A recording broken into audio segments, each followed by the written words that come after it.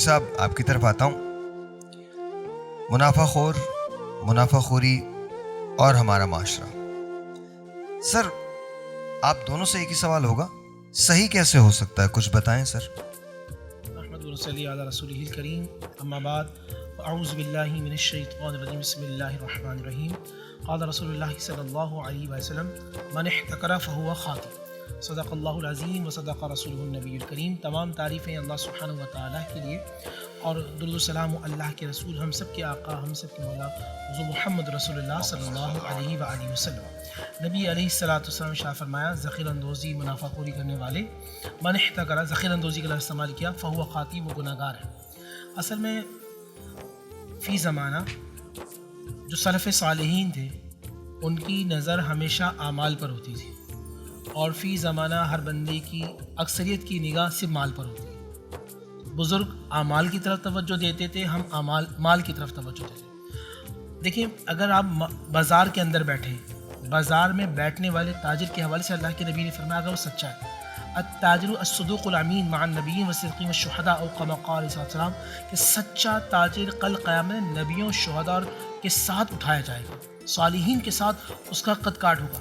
اگر وہ اللہ اس کے رسول صلی اللہ علیہ وآلہ وسلم کی محبت میں، اللہ اس کے رسول کے طریقے پہ عمل کرتے ہوئے مارکیٹ میں بیٹھتا ہے تو اس کا بیٹھنا بھی عبادت ہے. اب اس کے اپوزٹ جائیے کہ اب اس کا نظریہ صرف اور صرف مال ہے، اس کا نظریہ صرف ذخیرہ اندوزی ہے، اس کا نظریہ صرف اپنا پیٹ بھرنا ہے اور ملت کو، قوم کو، انسانیت کو نقصان دینا ہے، تو وہ اللہ اس کے رسول صلی اللہ علیہ وسلم کے نزدیک خسارے والا ہے. لفظ اور قرآن مجید فرقان حمید میں اٹھائے نا تو ویل کا لفظ آتا ہے، اور ویل کا لفظ اس لیے آتا ہے کہ ہلاک ہو جائے، برباد ہو جائے. جس کو اللہ اس کا رسول ہلاک اور برباد کہتے ہیں، وہ ملین بھی کما لے وہ آباد نہیں ہو سکتا. اس کی زندگی میں بربادی ہے، اس کی مال میں بربادی ہے، اس کے اعمال میں بربادی ہے، اس کی قریب و جوار میں جتنے لوگ ہیں سب تقریباً سبھی خلفشار کے اندر سر لیکن یہ تو صحیح ہے. اب ہم یہ کہتے ہیں کہ جی منافع خوری کا جو چکر آیا یہ ویسٹ سے آیا ہے ہمارے یہاں، ٹھیک ہے؟ تو کوئی گھر میں آ کے آپ کو بتا کے گیا ہے کہ آپ نہ لیں، مطلب آپ لیں؟ کسی نے آپ کو نہیں بتایا، کسی نے آپ سے نہیں کہا تھا، کسی نے آپ کو مجبور نہیں کیا، تو why do you do it? Sir میں سمجھتا ہوں ویسٹ کا ہم لوگ ہر چیز نام لیتے ہیں، سارے الزام اس پہ ڈال دیتے یا ہیں، تو شیطان پہ ڈال دیتے ہیں ہم، یا ویسٹ پہ ڈال دیتے ہیں. ویسٹ پہ ڈال دیتے ہیں، یا تو شیطان نے کیا، یا شیطان نے نہیں کیا. اور مزے کی بات یہ شیطان خود پوچھ رہا ہوتا ہے بھائی بات سنو، یہ سارا میرا قصور نہیں ہے. ایسے آئیڈیاز تو میرے پاس بھی نہیں تھے، تم بتا. ہاں وہ تو تشدد کے نئے نئے راستے ہم سے پوچھتا ہے. آپ سوچیں، تو پھر بھی یہ سب کیسے ہو رہا ہے؟ نہیں رمضان میں تو وہ بند ہے نا، ہم تو آزاد ہیں. اس کے شاگرد تو نہیں تو نام مجھے نہیں، ہم تو آزاد ہیں. اور ہم تو میں تو سب مادر پدر آزاد ہیں. ہم میں سمجھتا شاید مشیر بن چکے ہیں اس کے. نہیں مشیر نہیں، وہ ہمارا مشیر ہے. اصل میں تو ہم ہی ہیں، دیکھ لیجیے نا. ہاں اچھا میں یہ سمجھتا ہوں سر بھی، اور جب ہم کنکر مارتے ہیں نا سوچتا ہوگا یار یہ لوگ بھی مار رہے ہیں. سوچو، مطلب باقی تو مار دیں چلو کوئی بات نہیں، یہ مجھے ماریں گے کنکر. یعنی اپنے تعلیمات نبوی صلی اللہ علیہ وسلم، کتاب البیوع، سر بھی ہمارے یہاں فقہ کے اندر ایک پورا چیپٹر پڑھایا جاتا ہے. مجھے ایک بات سمجھا دیجیے گا، میں جاننا چاہتا ہوں، ہم اتنی احادیث پڑھتے ہیں، ہم چلتے کیوں نہیں اس رستے پہ؟ اس کی وجہ یہ ہے کہ اب ہم میں تو ساری باتیں چھوڑیں، مجھے ایک بات سمجھا دیں، ہم ایک دوسرے سے نفرت کیوں کرتے ہیں؟ میرے نبی نے تو کسی سے نفرت نہیں کی، انہوں نے تو اپنے دشمن کو معاف فرمایا. ہم کیوں کرتے ہیں ایک دوسرے سے نفرت؟ اتنی بڑی ہم باتیں کرتے ہیں، ہم حوالے دیتے ہیں، اور حوالے کس کے دے رہے ہیں؟ حضرت محمد مصطفیٰ صلی اللہ علیہ وآلہ وسلم کے. ہم کسی بھی قابل نہیں ہیں، ان کے غلاموں کے ان کی خاک کے برابر نہیں. ہم وہاں حوالے دیتے ہیں، اور اس کے بعد کیا ہوتا ہے سر تو یہ وجہ کیا، کیوں ہم اتنے ایسے کیوں ہیں؟ ہم نبی کی ذات سے محبت کرتے ہیں، نبی کی بات سے محبت نہیں کرتے. ایک تو سب سے بڑی وجہ ہے ہم رسول کو مانتے ہیں، رسول کی نہیں مانتے. اور جو آپ جو بات کر رہے ہیں نا، اس میں ایک سب سے بڑا علمی نظر آتا ہے. میں سمجھتا ہوں ہمیں مفاد سے محبت ہے. جو اللہ اس کے رسول سے محبت کرتا ہے وہ ہر چیز سے محبت کرتا ہے، اور جس کو مفاد پرست، جو مفاد اس کو اپنا پسند ہو، وہ پھر کسی سے محبت نہیں کرتا. اس کے لیے کچھ نہیں، صرف مفاد ہے. سر کس عمر میں تربیت شروع ہوتی ہے؟ اعوذ باللہ من الشیطان الرجیم، بسم اللہ الرحمن الرحیم. الحمد للہ رب العالمین، والصلاة والسلام علی اشرف الانبیاء والمرسلین، اللہم عجل لولیک الفرج. دیکھیے موضوع تو بڑا شاندار ہے، اور اس میں آپ نے جو شروع میں جملہ فرمایا کہ اس پہ نشستیں ہونی چاہیے اور بھرپور ہونی چاہیے، اور نہ صرف میں اور آپ بلکہ سب مل کر بیٹھے ہیں، اس کے پر بات ہونی چاہیے. اور علل و اسباب تو آپ نے سنی لیے. تربیت کا جو دیکھا جائے، جو ہم کہتے ہیں نا کہ بچہ پیدا ہوا اور اس کی اس وقت سے تربیت شروع ہو گئی، نہیں.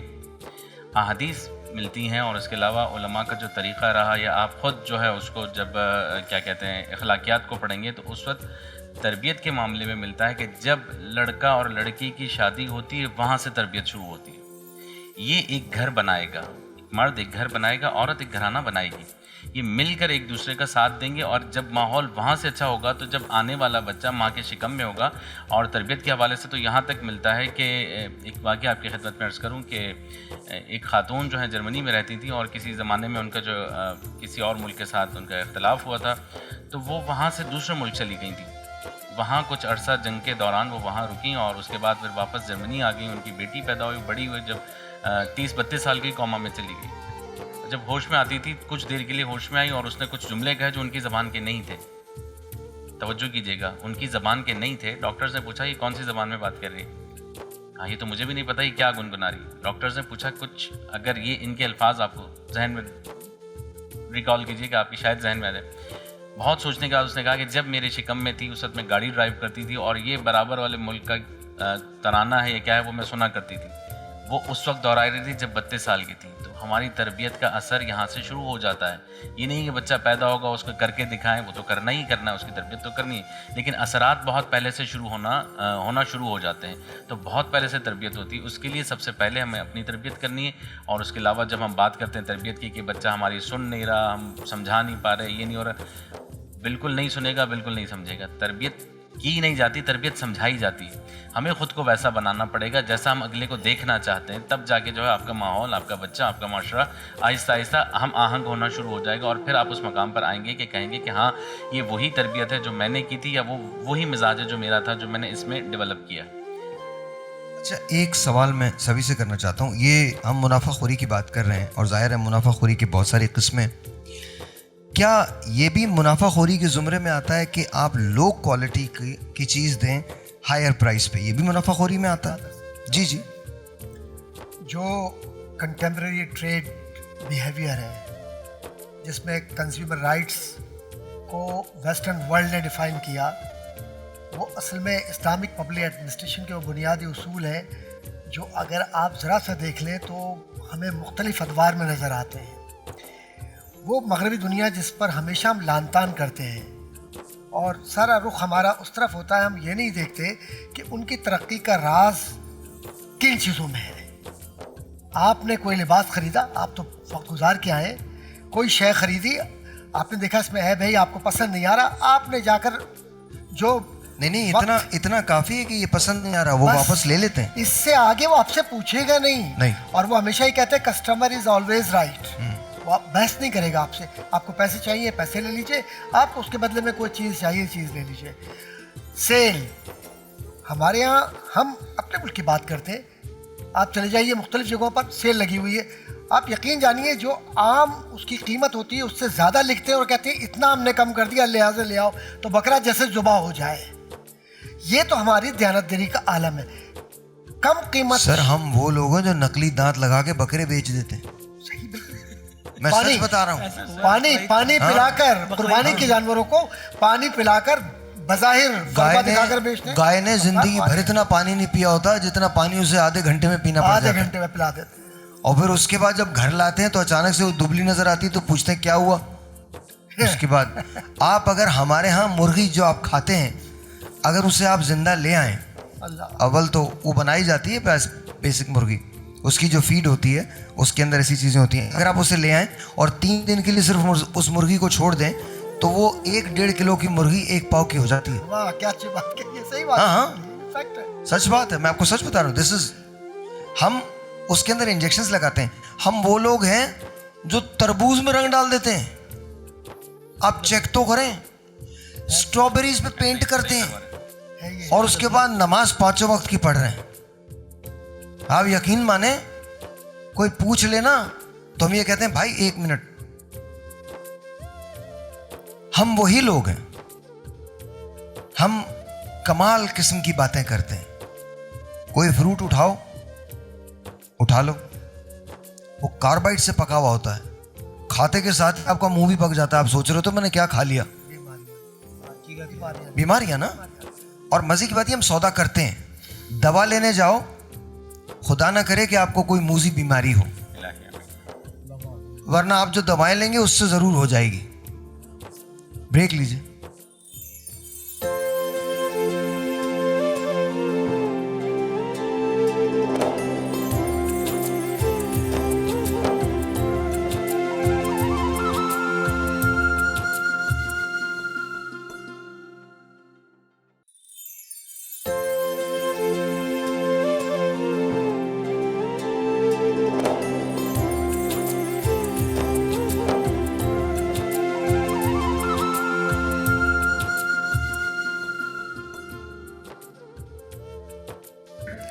اچھا, بات ہو رہی تھی کہ منافع خوری کو کم کیسے کیا جائے, کیسے کیا جائے کم؟ دیکھیے ساحر بھائی, کسی بھی بری عادت کو کم کرنے کے لیے پہلے تو آپ کو نیت کرنی پڑے گی, اور اس کے بعد اپنے گھر سے, اپنی ذات سے شروع کرنا ہوگا. پھر کوئی بھی کام جب آپ کرتے ہیں پہلے اپنے آپ پر اپلائی کرتے ہیں. خود رسول پاک صلی اللہ علیہ وآلہ وسلم کا طرز عمل تبلیغی نہیں تھا, عمل کر کے دکھانا تھا. جیسے آپ بازار میں تشریف لے گئے, آپ نے دیکھا کہ لوگ اناج بیچ رہے ہیں, آپ نے ہاتھ ڈال کے نیچے سے دیکھا تو کچھ گیلا تھا, اوپر سے سوکھا تھا, تو آپ نے اسے ملا دیا اور کہا کہ تم جب بیچتے ہو تو کیا بتاتے ہو کہ نیچے کا گیلا ہے. آپ نے عملاً کر کے دکھایا, اپنا اونٹ فروخت کیا, پورا پیسے اس کی قیمت وصول کر لی, اور بعد میں غلام سے پوچھا کیا اسے بتایا تھا کہ اسے جلد کی بیماری ہے. اسے پیچھے بھگایا اور کہا کہ قیمت کم کر لو کہ یہ اونٹ بیمار تھا. تو دیکھیے یہ کر کے دکھایا ہے بحیثیت تاجر. جیسے اللہ تعالیٰ قرآن مجید میں فرماتے ہیں لقد کان لکم فی رسول اللہ اسوۃ حسنہ, ہمارے پاس آئیڈیل بطور نمونہ, اور اللہ تعالیٰ نے خود ان کو اخلاق کا نمونہ قرار دیا, اور وہ خود بھی فرما رہے ہیں کہ میں بھیجا ہی اس لیے گیا ہوں کہ اخلاقیات کی تکمیل کر دوں. تو ہمارے پاس یہ کیسے کم ہو سکتا ہے؟ ایسے ہی ہو سکتا ہے کہ ہم اپنے اسلاف کی سنت دیکھیں, ہم کن کی امت ہیں, ہم اپنے آپ کو پہچانیں, اپنے مقام کو پہچانیں. اتنی گھٹیا اور نیچ حرکتیں کرنے سے پہلے یہ دیکھ لیں کہ ہم بندے کس کے ہیں, ہم امتی کس کے ہیں, اور کھڑا کس کے سامنے ہونا ہے قیامت کے دن, اور کیا جواب دینا ہے, کیا منہ دکھانا ہے. کیا ہم موت سے نہیں ڈرتے یا یہ یقینی نہیں ہوتا کہ مریں گے؟ نہیں, موت سے بالکل ڈرتے ہیں. صرف ایک دفعہ موت کا نام لے لیجئے, بلکہ مرا ہوا دکھا دیجئے, دیکھ نہیں پائیں گے. ایون وہ بندہ جو اپنے آپ کو کچھ حرکت نہیں دے سکتا, اپنے آپ کو غسل نہیں دے سکتا, ہم غسل خانے میں جاتے ہوئے ڈرتے ہیں کہیں کھڑا نہ ہو جائے, کہیں کچھ ہو نہ جائے. مرے ہوئے کو تو چھوڑیے, روح سے ڈر رہے ہوتے ہیں کہیں اس کی روح ادھر ادھر نہ آ جائے. ڈرتے بہت ہیں, بڑی شدت کے ساتھ ڈرتے ہیں. اچھا, مجھے آج تک نا کبھی مردوں سے خوف نہیں آیا, زندوں سے ہی آیا. مردہ بیچارہ کیا کرے گا؟ نہیں, یہ تو حقیقت ہے. ہاں, مطلب وہ تو بیچارہ, میں یہی عرض کر رہا ہوں, میں بھی یہی عرض کر بالکل صحیح کہہ رہا رہا ہوں, وہ کچھ بھی نہیں کر پائے گا, لیکن ہم اس سے ڈر رہے ہوتے ہیں. اور جو آپ فرما رہے ہیں کہ زندوں سے ڈرنا, اور اگر ہم کبھی جنازوں پہ جائیں تو وہاں جو کچھ ہو رہا ہوتا ہے وہ بڑا کمال ہوتا ہے. جی, زندگی میں اسے کبھی پانی نہیں پوچھا ہوتا, اور وہاں اس سے نا میت سے عجیب عجیب سوال کرتے ہیں, تم بول کیوں نہیں رہے؟ اور وہ کیا بولے گا بیچارہ, چلا گیا, وہ نہیں بول پائے گا وہ. اچھا, پھر جنازہ اٹھاؤ تو وہیں لپٹ جاتے ہیں, نہیں جانے دوں گا یا نہیں جانے. کیوں؟ جانے دو, فجر سے آئے میں بھائی, ہم بھی اور وہ بھی. وہ اس سے پہلے چلا گیا تھا, فجر میں ہمیں پتہ چلا ہے ہم آئے ہیں, اثر ہو گئی ہے. نہیں, مگر یہ بھی تو ہے, ساری زندگی ستاتے ہیں اور مرتے ہی کہنے لگ جاتے ہیں اس کو, اس کی ساری خوبیاں, اور پھر وہ اچھا آدمی تھا. اچھا, پھر اس کے بعد معافی مانگتے ہیں. کب معافی مانگ رہے ہیں؟ جب وہ نہ سن رہا, سنتا تو ہے, دیکھتا تو, آپ کو رپلائی نہیں کر سکتا, وہ آپ کو رپلائی نہیں کر سکتا. مرے ہوئے سے تو معافی مانگنے کا فائدہ ہی نہیں ہے نا. ہم اکثر مرے ہوئے سے ہی معافی مانگتے ہیں کہ میرے قتل کے بعد اس نے جفا سے توبہ, ہائے اس زود پشیماں کا پشیمان. پشیماں ہونا. چلیں, اگر مطلب پشیمانی نہیں ہے یہ ظاہر بھائی, پشیمانی نہیں ہے, یہ دکھاوا ہے, بناوٹ ہے. ظاہر ہے کہ پوری زندگی آپ نے اس کی حق تلفی کی, اس کو نہ کبھی اس کی بیماری میں پوچھا کہ کہیں اگر میں جاؤں گا اور یہ خدا نخواستہ کینسر کا مریض ہے, کسی اور چیز کا مریض ہے, مجھے مرض نہ لگ جائے, یہ خوف.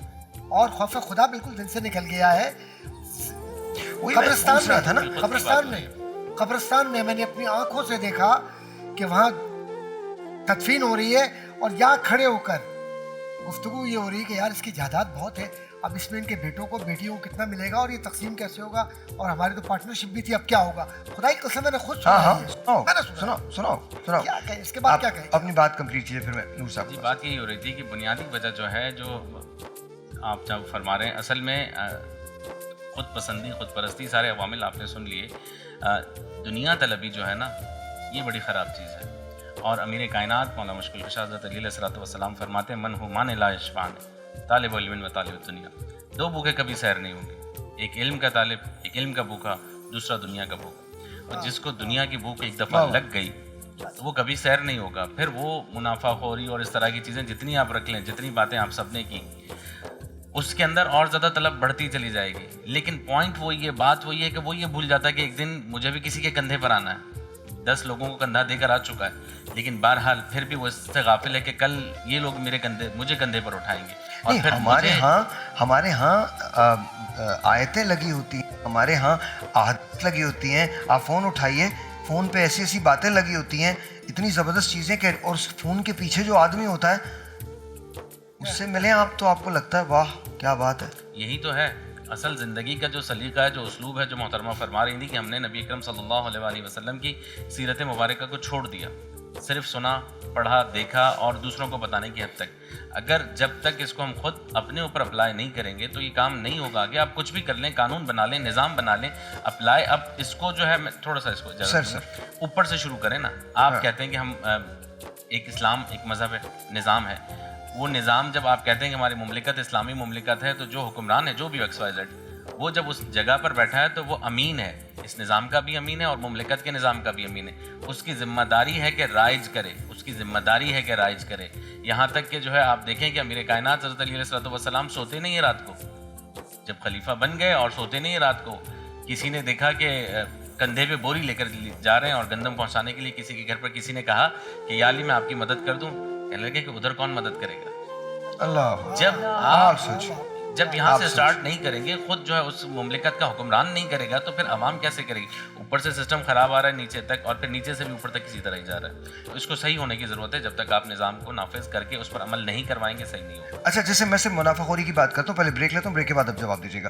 اگر ہم اس کو سلیبس میں شامل کر دیں, ایک ایکسرسائز بنا دیں اور تجارت پڑھانا سکھائیں. تجارت ویسے تو پڑھائی جاتی ہے, لیکن لیٹس سے کہ ہم تجارت کو ایز اے سلیبس لیں اور بچوں کے کریکولم میں اس چیز کو شامل کر دیں, کیا اس سے فائدہ ہوگا؟ بریک لیتے ہیں, بریک کے بعد بتائیے.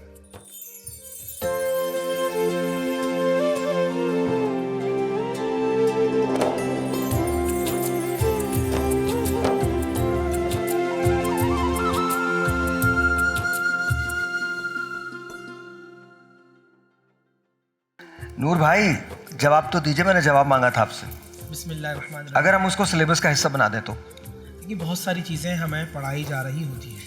بنیادی طور پہ تو یہ سمجھیں کہ ہماری یہاں جو آپ بار بار بات انٹرو میں کر رہے ہو, حقیقت ہے کہ صرف 5 نمازیں, دیکھیے وہ دینداری کا حصہ ہے, کل دین نہیں. دین کے جب شعبے جات کرتے ہیں, جہاں عقائد آتے ہیں, عبادات آتے ہیں, معاملات آتے ہیں, یہ جا کے ایک پیکج ہوتا ہے دینداری کا. آپ صرف نماز کو رکھیں, صرف روزے کو رکھیں, صرف زکوٰۃ کو رکھیں, تو یہ دینداری نہیں. پہلی بات تو یہ جو غلطی ہے لوگوں کے ذہن میں, یہ کلیئر ہونا چاہیے. آپ روزہ رکھ رہے ہیں, آپ زکوٰۃ بھی دے رہے ہیں اس مہینے کے اندر, مگر آپ کسی کے ساتھ ناجائز کر رہے ہیں, آپ کے اخلاق صحیح نہیں ہیں, آپ اپنے جو ماتحت لوگ ہیں ان سے سختی سے پیش آ رہے ہیں, یا آپ دکاندار ہیں اور لوگوں کو اپنی دکان سے یا مال سے لوگوں کو ضرر دے رہے ہیں, تو اللہ تعالیٰ آپ کی عبادت قبول نہیں فرمائے گا. اور وہ حدیث ہے کہ عبداللہ ابن عمر رضی اللہ تعالیٰ اس کے راوی ہیں کہ جو تم نے کپڑا پہنا ہو کسی شخص نے, اور اس کے 9 جو ہے حلال کے ہیں اور ایک جو ہے اس میں حرام کا درہم شامل ہے, اللہ سبحانہ و تعالیٰ اس عبادات کو کبھی قبول نہیں فرمائے گا. یہ کانسیپٹ اللہ کے نبی صلی اللہ علیہ وآلہ وسلم نے ہمیں دیا ہے. شاید بھائی مسئلہ پتہ ہے کہ ہمارے یہ ہے کہ جو جتنی ہم بات کر رہے ہیں ذخیرہ اندوزی کے حوالے سے, یہ کچھ چیزیں ایسی ہوتی ہیں جو گورنمنٹ کے لیے ہوتی ہیں, جہاں چیک اینڈ بیلنس ہوتا ہے, جہاں سیدنا علی حیدر کرار کی بات کی جا رہی ہے, سیدہ عمر فاروق خان سیدہ عمر خطاب رضی اللہ تعالیٰ عنہ کی بات کی جا رہی ہے. آپ مسجد پہ موجود ہیں, ایک شخص سامنے سے آ رہا ہے, بات کر رہا ہے, آپ اس سے پوچھ رہے ہیں بھائی ذاتی معاملات کے لیے آئے یا حکومت کا معاملہ ہے, اور وہ بھی اس وقت کے مشیر و وزیر ہیں. فرماتے نہیں ذاتی معاملہ ہے, آپ ایسی ہاتھ رکھ کے بجھا دیتے, چراغ بجھا دی کہ اب بات کرو. اب گورنمنٹ کا چیک اینڈ بیلنس بازاروں کے اندر اللہ کے نبی صلی اللہ علیہ وسلم نے ریاست مدینہ بنائی ہے. عبد الرحمن بن عوف جو اس کے پہلے وزیر تجارت تصور کیے جاتے ہیں, وزیر تجارت کے حوالے سے یہ لازمی تھا کہ آپ جا کے بازاروں میں ریٹ کو پوچھیں گے, کوئی خامخواہ ریٹ کو انکریز تو نہیں کر رہا تھا. اور آپ کو جانتے ہیں کتاب البیوع کے اندر ایک چیپٹر پڑھایا تھا جس میں فرمایا جاتا ہے مثال کے طور پہ یہ مارکیٹ ہے اور آپ سیر بھائی مارکیٹ سے باہر سے سامان لے کے آ رہے ہیں اور میں آپ کو شہر سے داخل ہونے سے پہلے روک لوں, آپ یہ بیچنے جا رہے ہیں تسبیح. یہاں پر نبی صاحب نے منع فرمایا کیا کہ آپ بھی شہر میں انٹر نہیں ہوئے اور میں جا کے آپ کو شہر سے پہلے ہی روک لوں اور میں کہوں کہ بھئی یہ جو تسبیح بیچنے, حضور نے فرمایا نہیں, اس کو بازار میں آنے دو, کیونکہ یہ تسبیح کی ضرورت رمضان میں مثال کے طور پہ ہے. آپ نے سارا کا سارا جتنے ٹرک ہیں وہ آپ نے شہر سے باہر روک لیے, خرید لیے, یہ تھی 10 روپے کی اور یہاں لا کے 1000 روپے کی بیچ رہے ہیں. انکریز کرنے کے جو جتنے ذرائع تھے وہ نبی علیہ الصلوۃ والسلام نے اسی وقت روک دیے. ایک سب سے بڑا معاملہ آج بھی شاید یہ ہے کہ ہم نے وہ احادیث جو حضور نے ساری متعین کی تھیں اس کو نہیں پڑھایا. ہم یہ بات آپ بالکل صحیح کہہ رہے ہیں, آپ کے پروگرام میں میں نے سنا, پھر میں نے ڈاکٹر سے بھی بات کیا, ہمارے یہاں بہت زیادہ معلومات ہیں, علم نہیں ہے, وہ چیزیں بکھری ہوئی ہیں. جو ہم بار بار کہیں تربیت ظاہر بھائی آپ کتنے بھی سلیبس میں چیزیں شامل کر دیں, جب تک وہ چیزیں تربیت میں نہیں, ترتیب نہیں آئیں گی. جب چیزیں ترتیب آ جائیں گی تو پھر تربیت. ایک بات, ابھی بقرعید آ جائے گی اور جانور بھی آئیں گے اور انتہائی مہنگے ہو جائیں گے. کسی کا نام رانی ہوگا, کسی کا نام گولڈن ہوگا, کسی نام کچھ ہوگا, کوئی 2 کروڑ کا جانور ہوگا, کوئی 1 کروڑ کا جانور ہوگا, کوئی 45-50 لاکھ, یہ تو بڑا نارمل سی بات ہو جائے گی, اس قسم کا جانور ہوگا. سر وہ کیا, ان کو کیا کھلاتے ہیں, کون سے کشتے کھلاتے ہیں وہ جو اتنے مطلب اتنے مہنگے کیوں ہیں, کون سے سونے کے تشت میں وہ کھاتے ہیں, کہ اتنا بڑا منافع کیسے ہو سکتا ہے ایک بیل پہ؟ وجہ اس کی بات میں نے آپ سے پہلی بار کیا تھا, ہماری اس قوم کا جو اجتماعی معاملہ آ گیا نا. تو میرا ایک سوال ہے سر, میرا ایک سوال ہے نا, میرا ایک سوال ہے, 1 کروڑ روپے کا جانور ہے, اگر آپ ضرور جانور لیں, ایک مناسب اس میں جانور لیں, اور 10-12 لاکھ روپے کا جانور لے لیں, میں کہہ رہا ہوں, اور آپ 88-90 لاکھ روپے جو ہیں اس سے ایک سکول بنا دیں. بہت اچھا آئیڈیا یہ بات. نمائش نمود اس میں زیادہ آ رہی ہے بجائے یہ کہ آپ وہ نیکی کمانا چاہ رہے ہوں. اللہ تعالیٰ نے تو قرآن میں خود کہا ہے کہ وہ آپ کی قربانی کے گوشت کو یا خون کو نہیں دیکھتا, وہ آپ کی نیتوں کو, دلوں کے تقویٰ کو دیکھتا. ہاں بالکل. تو اس کے لیے تو یہ ضروری ہی نہیں ہے کہ 1 کروڑ روپے کی کوئی بھی جانور لے کے ذبح کرنا یا قربانی دینا. میرا یہ خیال ہے کہ ان ساری باتوں میں جو آپ کے سوالات ہیں, میں درد بھی اس کو محسوس کر سکتی ہوں. ہمیں پوری بحیثیت قوم ہمیں تربیت کی ضرورت ہے. ہم نے ہنر اور ڈگریاں ایک اچھی کی ہیں پیسہ کمانے کے لیے, ہمارے پاس علم نہیں ہے. انفارمیشنز بھی ہیں, معلومات علم ہے, ہاں بہت ساری معلومات ہیں, اور وہ تو گوگل سے کوئی بھی اب لے سکتا ہے. اب تو بچوں کو بھی اتنی ہی ہے, جاہلوں کو بھی اتنی ہی ہے جتنی کسی پڑھے لکھے ڈگری ہولڈر کے پاس ہے. کوئی سا بھی بندہ کچھ بھی وہ انکل گوگل سے پوچھ سکتا ہے. لیکن بات یہ ہے کہ علم جس کو کہتے ہیں وہ تعلیم اور تربیت کا اکٹھے ہو کر اپلائی ہونا ہے. حضرت علی سے کسی نے پوچھا تھا کہ اتنے علماء ہیں, اتنا علم ہے, پھر بھی معاشرہ سدھرا کیوں نہیں؟ انہوں نے فرمایا تھا کہ علماء کی کثرت ہے لیکن قول و عمل میں تضاد کی وجہ سے ان کی بات میں اثر نہیں ہے. اب یہ ہے کہ بات میں بھی اثر نہیں ہے کیونکہ وہ بات بھی انفارمیشنز ہیں بکھری ہوئی, ادھر سے ادھر سے لے لیں, آپ سے مجھ سے سن کے سنی سنائی پھیلا دیں, اس پہ کما لیا. بریک لیجیے.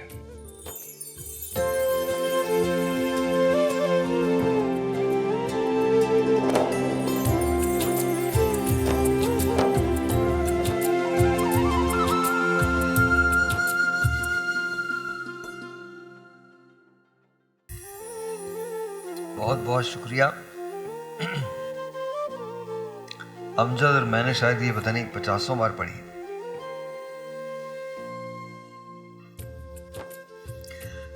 کل اس کی آنکھ نے کیا زندہ گفتگو کی تھی. کل اس کی آنکھ نے کیا زندہ گفتگو کی تھی. گمان تک نہ ہوا کہ وہ بچھڑنے والا ہے. بہت خوب. اور یہ تو ہمارے ساتھ ہوا ہے امجد کے معاملے میں. بچھڑا وہ اس ادا سے کہ رت ہی بدل گئی. بچھڑا وہ اس ادا سے کہ رت ہی بدل گئی. ایک شخص سارے شہر کو ویران کر گیا. فراز نے کہا تھا ستم کا آشنا تھا وہ، سبھی کے دل دکھا گیا. ستم کا آشنا تھا وہ، سبھی کے دل دکھا گیا. کہ شام غم تو کاٹ لی، سحر ہوئی چلا گیا.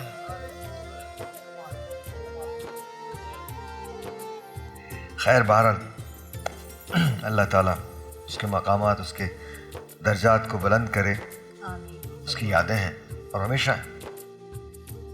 تو بات ہو رہی تھی منافع خوری کی. سر اس کو اب ہم اختتام کی طرف لے کے آتے ہیں. 3 تبدیلیاں آپ مجھے بتائیں جو ہم اپنے معاشرے میں کر سکتے ہیں. 3 تبدیلیاں آپ مجھے بتائیں گی اور 3 تبدیلیاں آپ استاد ہیں، آپ پہلے. بڑے کرم نوازی آپ کی صاحب بھائی. ایک تو میرا یہ خیال ہے کہ ہم تاجر ہیں، تجارت کریں، نفع بھی کمائیں، لیکن اس بات کا احساس کریں کہ معاشرے میں محروم طبقہ پیدا نہ کریں. قوت خرید تک کوشش کریں کہ اس حد تک ہو کہ غریب بھی اس شے کو لے سکے جو ضرورت زندگی کا حصہ ہے. تو ہمیں اس بات کا بھی خیال رکھنا ہے کہ کل آخرت میں ہمیں اپنے اس عمل کا جواب دینا ہے جو ہم یہاں کر رہے ہیں. اور تیسری بات جو ہے وہ معاشرتی اقدار کی ہے کہ یہ معاشرہ جس کو ہم پاکستان، یہ ہمارا وطن عزیز ہے. ہم دنیا بھر سے جو اشیاء لے کر آئیں، یہ کوشش کریں کہ ایک سے ایک شے پاکستان کے لیے ہو، لیکن وہ پاکستان کے لیے ہو، اشرافیہ یا ایلیٹ طبقے کے لیے نہ ہو. کیا بات. جی بھائی نے جو کہا نا اشرافیہ یا ایلیٹ طبقے کے لیے ہم تو نہیں بناتے، وہ چھین لیے جاتے ہیں چیزیں بھی، اشیاء بھی.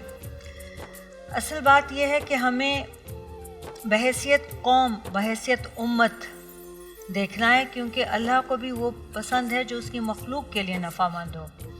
تو اس کا مطلب یہ آٹومیٹیکلی طے ہو گیا کہ اللہ کو وہ ناپسند ہے جو مخلوق کے لیے نفع مند نہیں ہوگا، نقصان دہ ہوگا. تو یہ مخلوق کو نقصان پہنچانے والی بات ہے. کچھ لوگ تو بہت امیر ہو جاتے ہیں، کچھ لوگ بہت غریب ہو جاتے ہیں.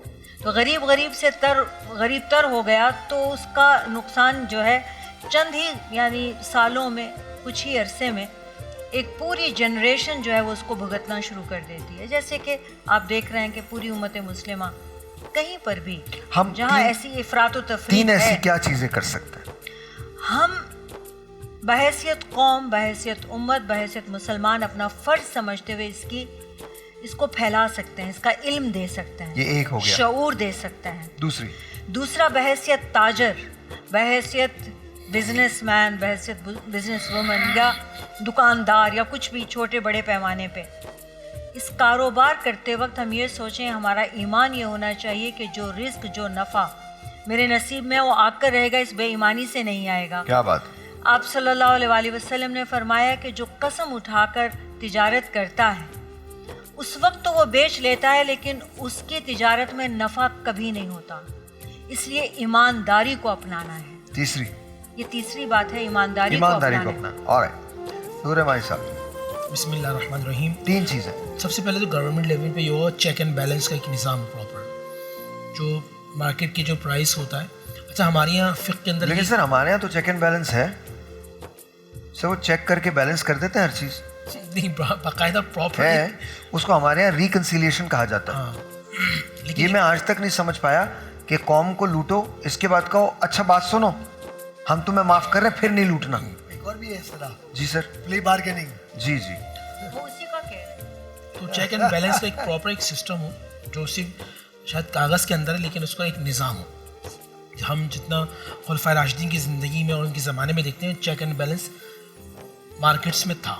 سیکنڈلی کہ معاشرے کے طور پہ آئے تو بنیادی اکائی ماں اور باپ ہوتے ہیں. ماں اور باپ اپنے بچوں کی اچھی تربیت اس انداز سے کریں کہ وہ سب سے پہلے اچھے انسان بنیں تاکہ وہ زمانے میں وہ ڈاکٹر بنے. اب منافع خوری کی آپ نے تو صرف مارکیٹ تک نہیں رکھا نا, اگر وہ ایک استاد ہے بچوں کو اچھا ڈلیور نہیں کر رہا اور اپنے انسٹیٹیوٹ میں ٹیوشن میں بلا رہا ہے, یہ بھی منافع خوری کی شکل آ گئی نا. ڈاکٹر ہے سرکاری ہاسپٹل میں نہیں اور پرائیویٹ ہاسپٹل کی طرف جو ہے وہ بھی ایک منافع خوری آ گئی نا.